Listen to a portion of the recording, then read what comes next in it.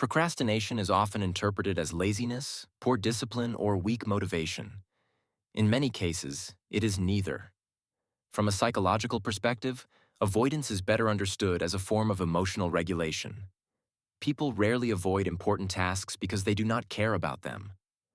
More often, they avoid them because those tasks generate discomfort, uncertainty, fear of failure, fear of judgment, perfectionism, or cognitive overload. The brain prioritizes immediate emotional relief over distant, abstract rewards. As a result, low-stakes activities, answering minor emails, reorganizing a desk, scrolling on a phone, can feel more appealing than the work that actually matters. The task itself is often not the real obstacle. The emotional experience attached to it is. Procrastination is frequently treated as a time management problem, but in practice, it is often a strategy for mood regulation. A difficult task rarely exists in isolation. It carries psychological associations. Writing a proposal may trigger fear of rejection. Starting a new project may activate perfectionism. Making a difficult phone call may create anticipatory anxiety. Avoidance becomes a short-term way of reducing emotional discomfort. The person is not avoiding the task itself, but the feeling associated with beginning it. This distinction matters because it changes the intervention.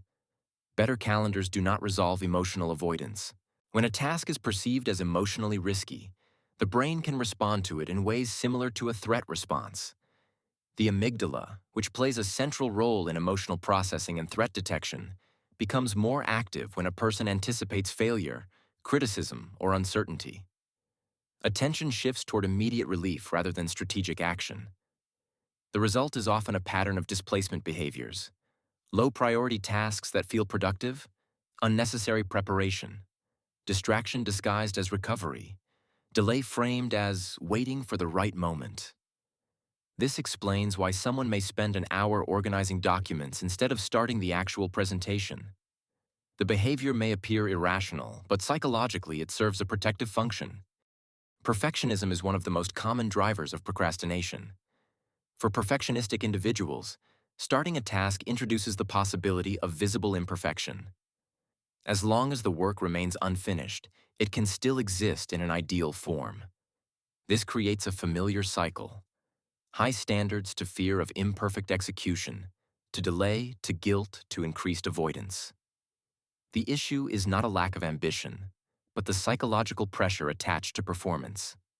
In this context, procrastination functions as protection against perceived inadequacy. Not all avoidance is emotional in the conventional sense. Sometimes the resistance comes from cognitive overload. Complex tasks require sustained attention, decision-making, and mental energy. When the brain is already fatigued, after work, during periods of prolonged stress, or under constant digital stimulation, high-effort tasks feel disproportionately heavy. The mind defaults to lower-friction activities because they demand less executive function. This is why important work is often postponed until later, even when the person fully understands its importance. In these cases, avoidance is less about fear and more about depleted cognitive capacity. The assumption that procrastination is simply a discipline problem is often too simplistic. In many cases, avoidance reflects an attempt to regulate discomfort, reduce perceived threat, or preserve limited mental energy. Understanding this does not excuse inaction, but it helps explain why conventional productivity advice often fails. The solution is rarely more discipline.